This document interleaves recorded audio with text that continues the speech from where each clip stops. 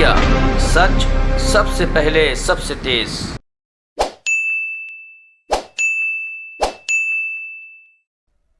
Damodar Das Modi, Prime Minister of India.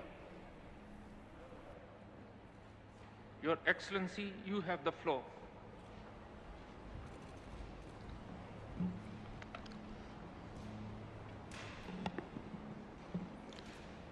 Friends, आज मैं आपके बीच उस भूमि का प्रतिनिधित्व कर रहा हूं जिस भूमि ने हजारों वर्ष पहले ये मंत्र दिया था, समगच्छध्वं समद्वत्वं संवो मानसी जानताम। आज 21वीं सदी में ये मंत्र और ज्यादा महत्वपूर्ण हो गया है, प्रासंगिक हो गया है। समगच्छध्वं यानी सभी साथ मिलकर चले, संबद्धम यानी सभी मिलजुल कर आपस में संवाद करें, और संवो मनानस्य जानताम यानी सभी के मन भी आपस में मिले रहें। फ्रेंड्स, जब मैं पहली बार क्लाइमेट समिट में पेरिस आया था, तब मेरा यह इरादा नहीं था कि दुनिया में हो रहे अनेक वायदों में एक वायदा अपना भी जोड़ दूं। मैं पूरी मानवता के लिए एक चिंता के साथ आया था। मैं उस संस्कृति के प्रतिनिधि के रूप में आया था जिसने सर्वे भवन्तु सुखिनः अर्थात सभी सुखी रहे का संदेश दिया है। और इसलिए मेरे लिए पेरिस में हुआ आयोजन एक समिट नहीं, सेंटिमेंट था, एक कमिटमेंट था। और भारत वो वायदे विश्व से नहीं कर रहा था, बल्कि वो वायदे 125 करोड़ भारतवासी अपने आप से कर रहे थे।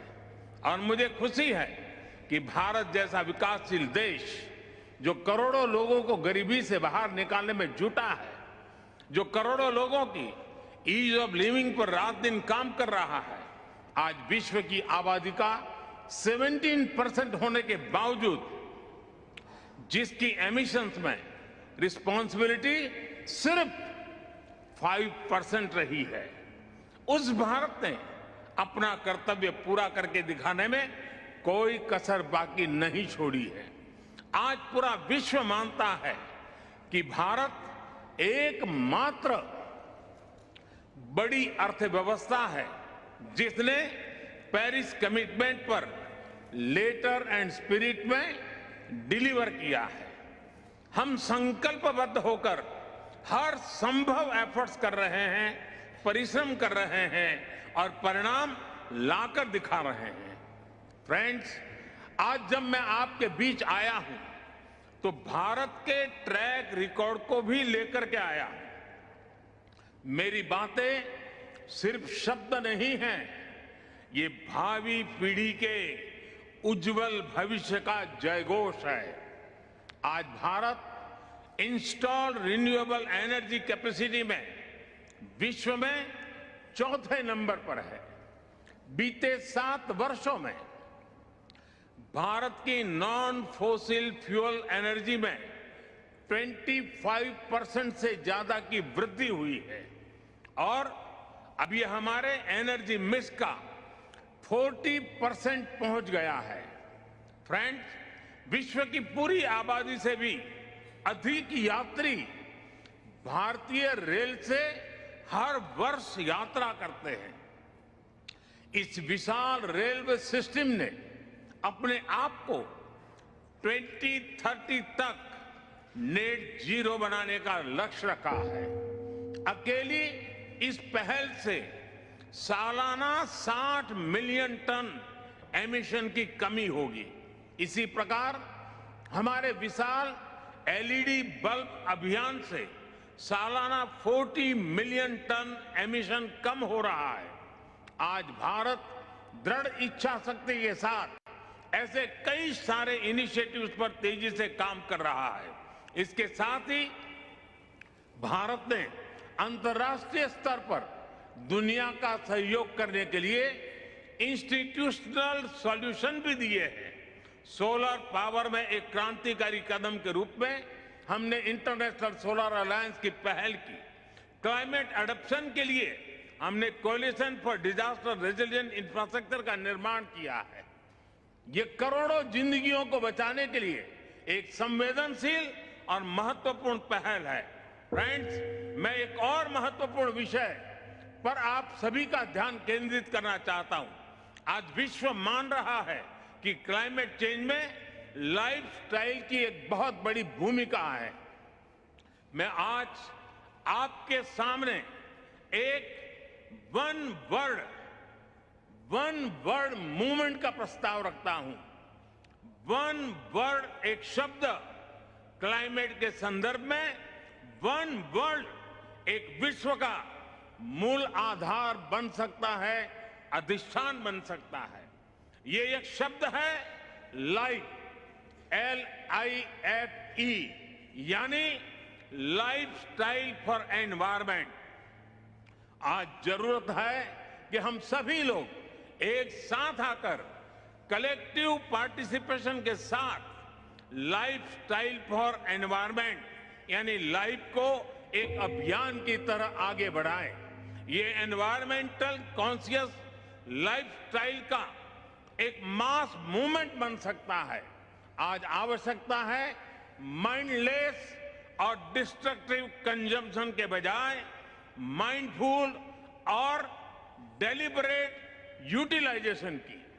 ये मूवमेंट एक साथ मिलकर ऐसे लक्ष्य तय कर सकता है जो डाइवर्स एरिया जैसे fishing, agriculture, wellness, dietary choices, housing, packaging, hospitality, tourism, clothing, fashion, water management और एनर्जी जैसे अनेक सेक्टर्स में एक क्रांतिकारी बदलाव ला सकता है।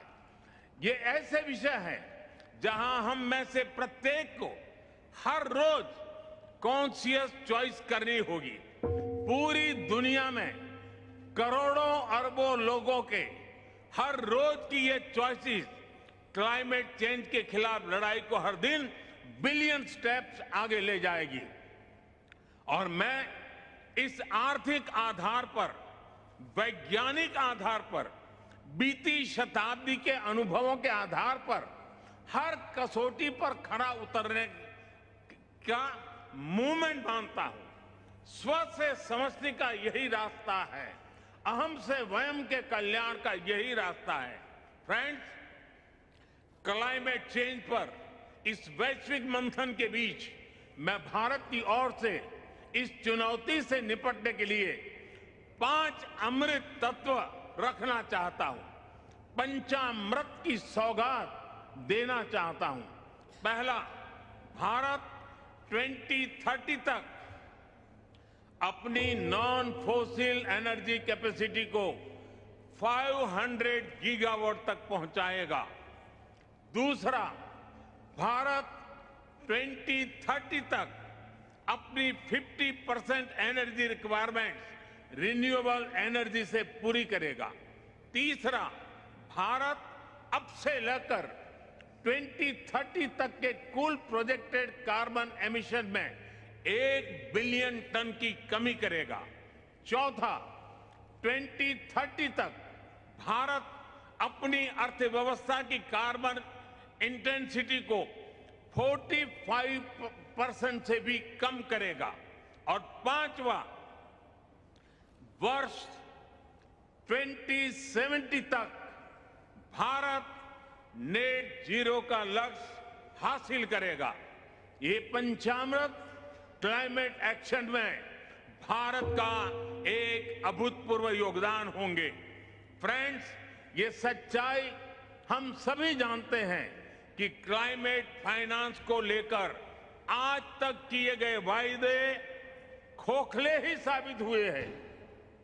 जब हम सभी क्लाइमेट एक्शन पर अपने एम्बिशन बढ़ा रहे हैं, तब क्लाइमेट फाइनेंस पर विश्व के एम्बिशन वहीं नहीं रह सकते जो पेरिस एग्रीमेंट के समय थे।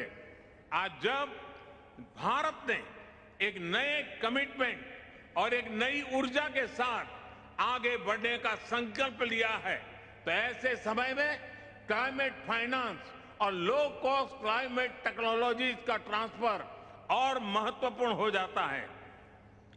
भारत की अपेक्षा है कि विकसित देश जल्द से जल्द $1 ट्रिलियन का क्लाइमेट फाइनेंस उपलब्ध कराएं। आज आवश्यकता है कि जैसे हम क्लाइमेट मिटिगेशन में हुई प्रगति को ट्रैक करते हैं, वैसे ही हम क्लाइमेट फाइनेंस को भी ट्रैक करें। उचित न्याय तो ये होगा कि जो देश क्लाइमेट फाइनेंस पर किए अपने वादों पर खरे नहीं उतरे, उन पर दबाव बने। फ्रेंड्स, आज भारत क्लाइमेट के विषय पर बहुत ही साहस और बड़ी महत्वाकांक्षा के साथ आगे बढ़ रहा है। भारत अन्य सभी विकासशील देशों की पीड़ा भी समझता है, उन्हें साझा करता है और उनकी अपेक्षाओं की अभिव्यक्ति भी निरंतर करता रहेगा। कई विकासशील देशों के लिए क्लाइमेट चेंज उनके अस्तित्व पर मंडरा रहा है, एक बड़ा संकट है। हमें दुनिया को बचाने के लिए आज बड़े कदम उठाने ही होंगे। यही समय की मांग है और यही इस फोरम की प्रासंगिकता भी सिद्ध करेगा। मुझे विश्वास है कि ग्लासगो में लिए गए निर्णय हमारी भावी पीढ़ियों का भविष्य बचाएंगे और सुरक्षित और समृद्ध जीवन का उपहार देंगे। अध्यक्ष जी, मैंने समय अधिक लिया, आपसे मैं क्षमा चाहता हूं, लेकिन विकासशील देशों की आवाज उठाना ये मैं अपना कर्तव्य मानता हूं, इसलिए मैंने उस पर भी बल दिया है। मैं फिर एक बार आपका बहुत बहुत धन्यवाद करता हूं।